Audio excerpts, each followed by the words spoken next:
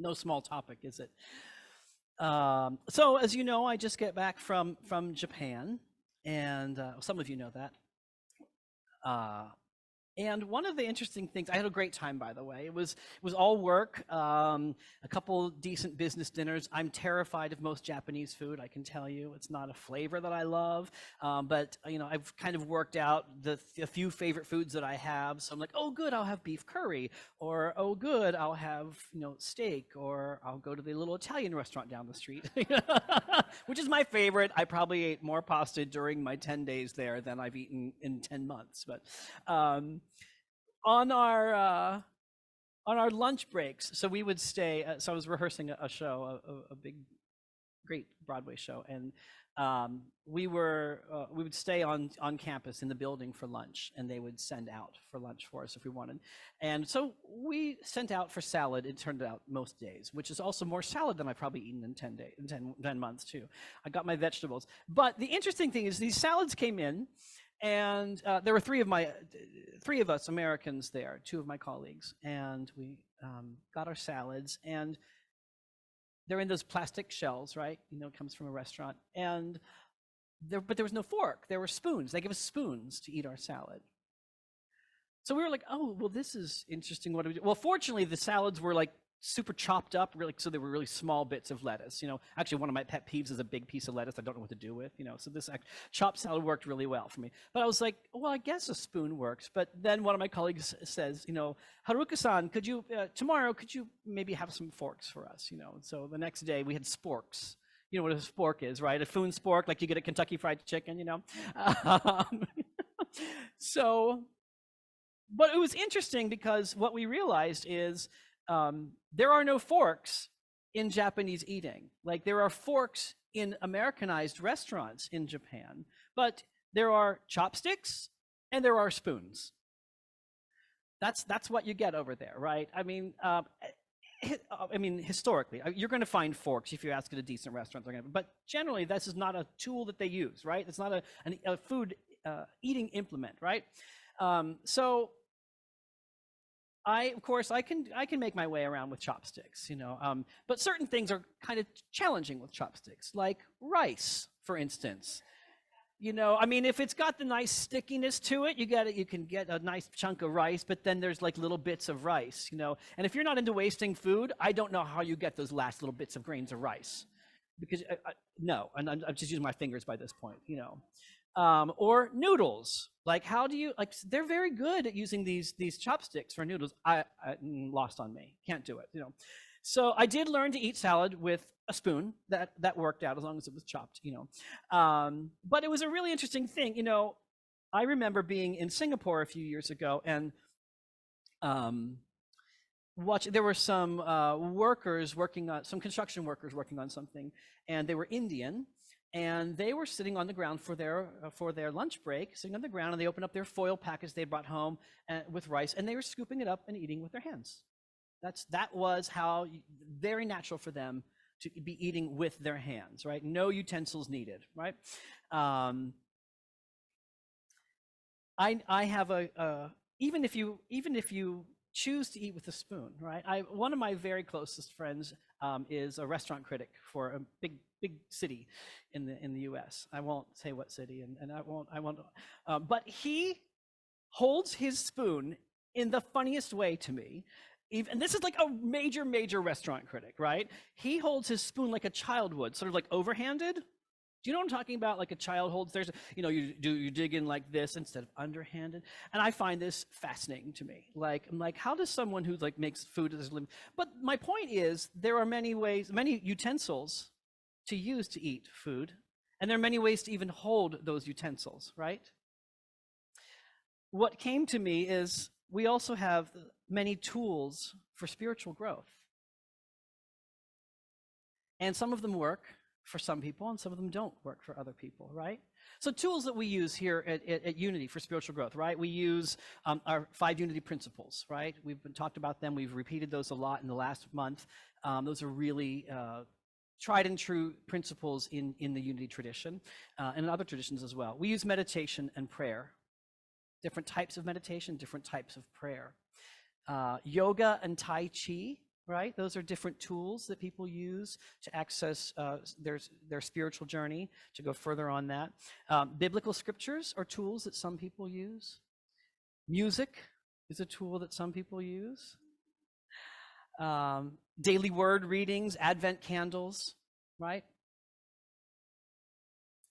These are all tools, but just like utensils, they work for some and they don't work for all, and that's okay. It's okay if you hold your spoon overhanded.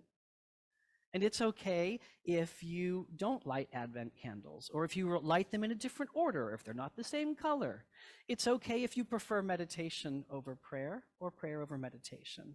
All of these are their individual tools for each of us to use. And the great thing about unity is unity celebrates that, right? I like, something that came to me recently is unity, of course, the big giant U in unity, but to me it's you do you. Unity means you do you. You do it the way you want to do it. What deepens your spiritual practice? What works for you? You've heard me for 4 months now, 5 months now, telling you the different versions of my version of my spiritual practice, what works for me.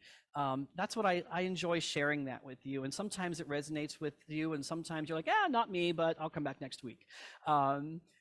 That is what is so great about Unity churches, whether you're here or elsewhere. You're always welcome to you do you.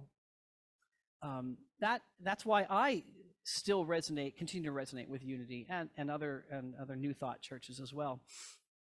There is more than one way to put food in your mouth, and there's more than one way to walk your spiritual path.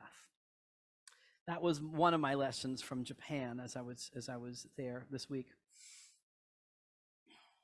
There is one tool that the other thing is I cautioned myself that tools are not rules. Don't let your tools become rules. And no one else's tools are the rules that you need to follow. Right? Really, really good there. Tools are not rules. There is one tool for me that is pretty much a rule for me. There's like one thing, one teaching, and that is today's topic, which is love. Love everyone. Love everyone. That is the new commandment that Jesus gave. Love your neighbor as yourself, right? Unity minister and author Eric Butterworth, who wrote the book, Spiritual Quest, right? A Quest for Truth, and many other things. He writes about love. He says, I do not need to make myself love certain people. That was groundbreaking for me right there. I do not need to make myself love certain people. I only need to get myself out of the way and let the divine energy of love flow through me. Whew. The love in me is God in me. I do not generate love. I simply express it. This was hugely helpful to me, right? Because in my understanding, there are people out there that I just have a hard time loving.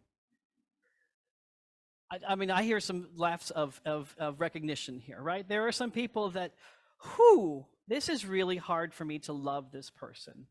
And what I realize is that's my personality, that's my ego self. These are the parts of me, my personality don't mesh with this person's personality. So I really don't like this person, but does that mean I don't love that person? If I step out of the way, of my ego self, of my human self, and allow divine love to come through, that's when I can say, yes, I can love this person that I don't like, that I don't resonate with. It's the personality that doesn't resonate with that personality, and that's okay. Step out of the way and let divine love come in, and you'll be just fine. You'll know the difference. Divine love doesn't know the emotions of anger or frustration. That's the part of me that doesn't love someone, right? That's when I find someone unlovable because I'm frustrated with them, or I don't like this about them. But that divine love doesn't know that. Divine love does not have a litmus test, right? Like divine love only loves you if you have a good job, or, divine doesn't like, it's not like there's this dating period, right, where divine love decides whether it's going to love you or not. Like, oh, well, do you have a good job? Do you want kids? Do you leave your socks on the floor? Like all these, do you put the toilet paper under or over? These are the things that we decide whether we're going to fall in love with someone or not. But no, divine love doesn't do that, right? Step out of the way. It's always there. Again, lots of smiles of recognition. Was it the socks or the toilet paper? Which one? The toilet paper, right? I'm not going to go there. That's like politics and religion. You don't talk about it, right? And cars, right?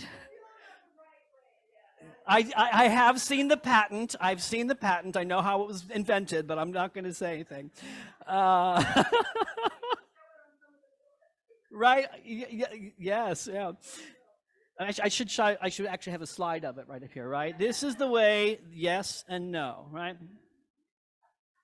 Divine love isn't conditional, right? It just is. It is what it is. It's there before we are. It's there before our personality sets in. It's the order of the universe. And the only impediment to divine love is human personality. It's fascinating to me that we are the only species really that can conceive and know what love is, right? And yet we're the only species that can get in its way. Fascinating to me. Get out of its way, right? It's okay to have our emotions, but divine love doesn't know emotions, right? Divine love knows love, right? But love is an emotion, but it's also that love is an emotion. Like when we talk about human romantic love, I love this, but divine love is not an emotion, it's a state of being. And that's what we're talking about here. In that way, we don't have to get in its way.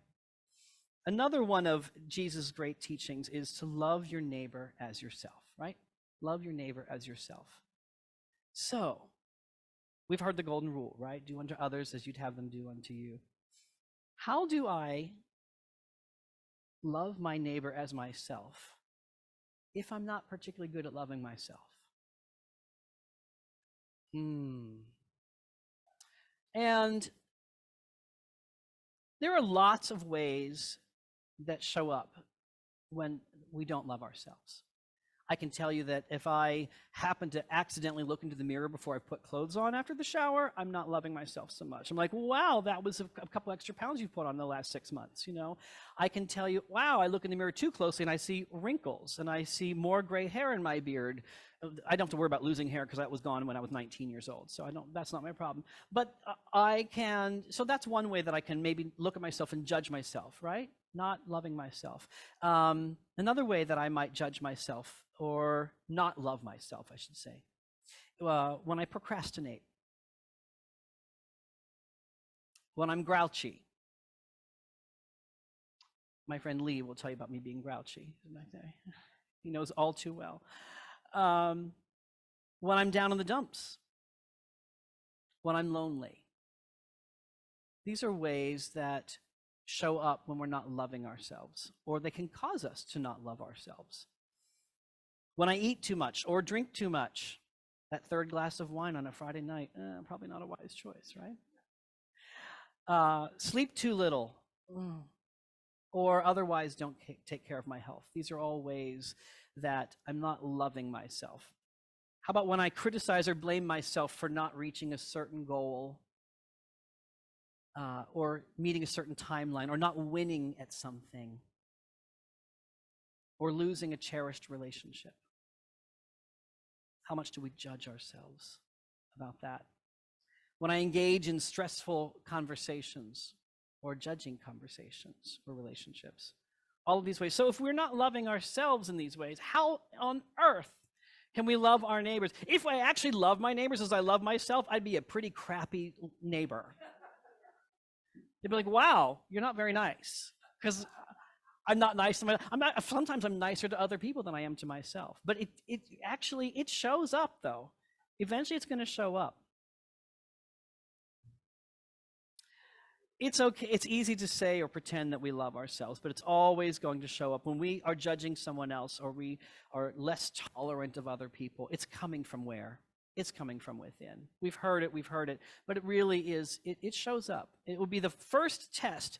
If you are wondering whether you love yourself enough, you'll know the minute you criticize some woman's dress, or the way someone pulled in the parking lot in front of you, or the way that this person sang, or the way that this person didn't sing, or the whatever, you'll know right away the minute you're judging someone else, it's because you've been judging yourself inside.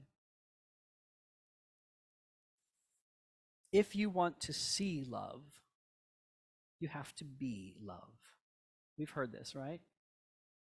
If you want to see love, you have to be love. That means for yourself first. In Japan, there are two predominant religions. There is Buddhism and there is Shinto. And Shinto has been around since the beginning of Japanese culture. It's a very, very, very old religion. And Buddhism came to Japan from the main continent, from Asia, through China, from India and China, in the 6th century. So it's been there for a long time too.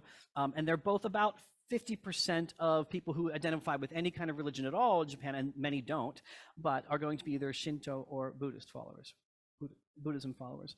And like the US, there are Shinto temples everywhere. Do you have a question, or are you raising your hand? Stretching. Yeah.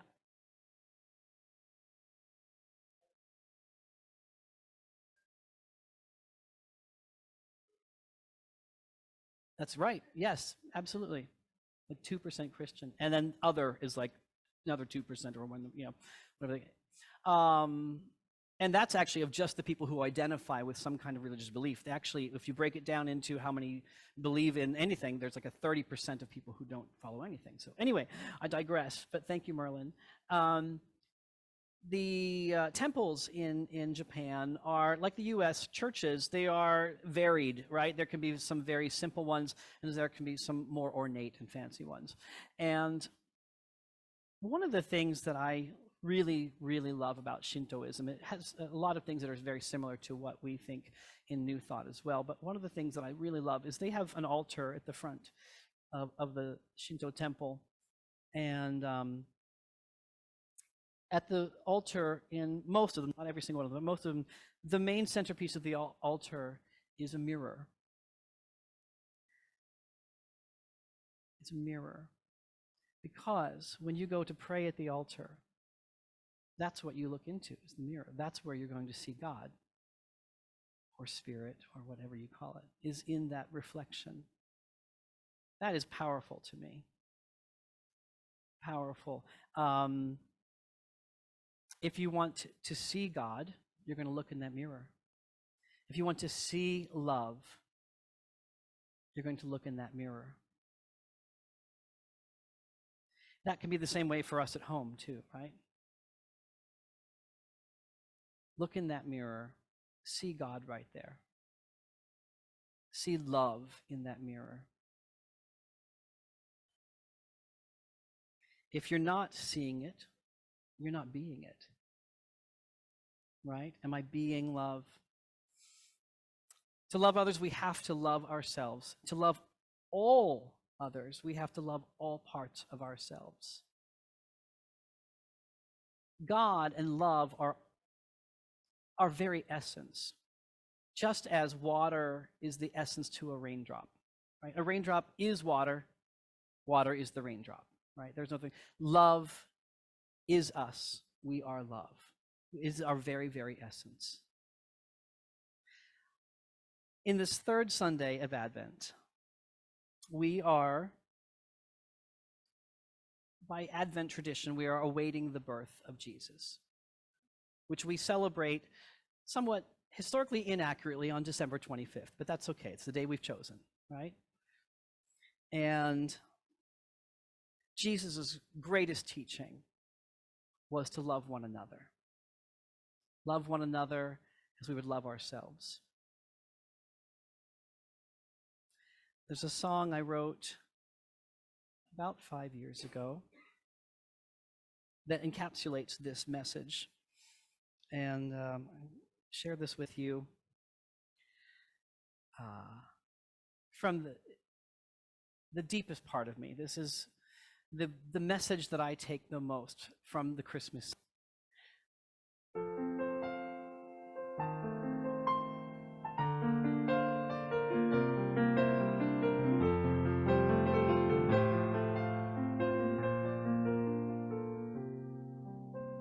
Long ago and far away, on a silent night, the songs all say, a child was born, a quiet, humble birth. The wise men came, so the story goes, to kneel before this Christmas rose, and angels sang their songs of peace on earth. I've heard this tale for as long as I remember, and it's told again to remind us each December. There's a reason for the season. It's the birthday of a child who would grow to be a teacher with his manner soft and mild. And of all the words he said, the most important ones I've read are the message that this season we recall. Love all.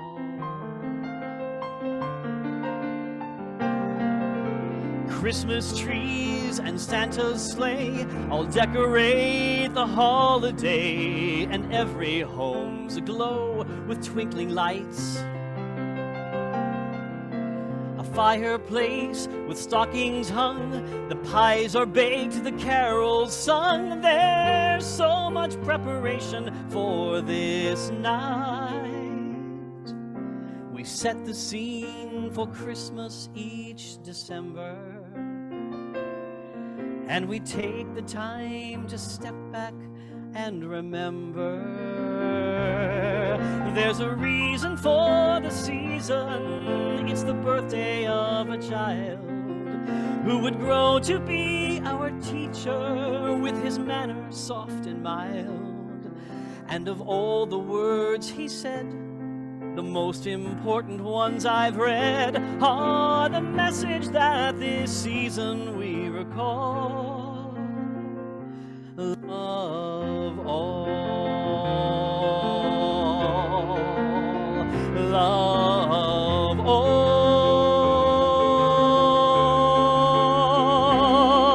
The Christmas sales start earlier each year, and Christmas Eve can grow as Christmas Eve draws near. We get caught up with doing more and more, losing sight of what it's really for. There's a reason for the season. It's the birthday of a child who would grow to be our teacher with his manner soft and mild. And of all the words he said, the most important ones I've read are the message that this season we recall. Love all. Love all. Love all. Everyone.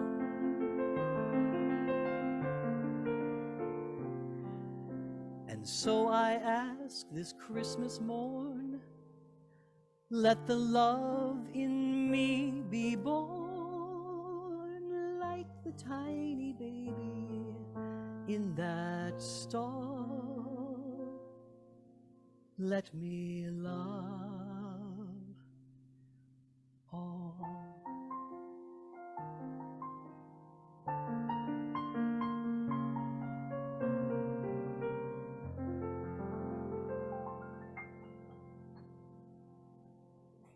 Hmm.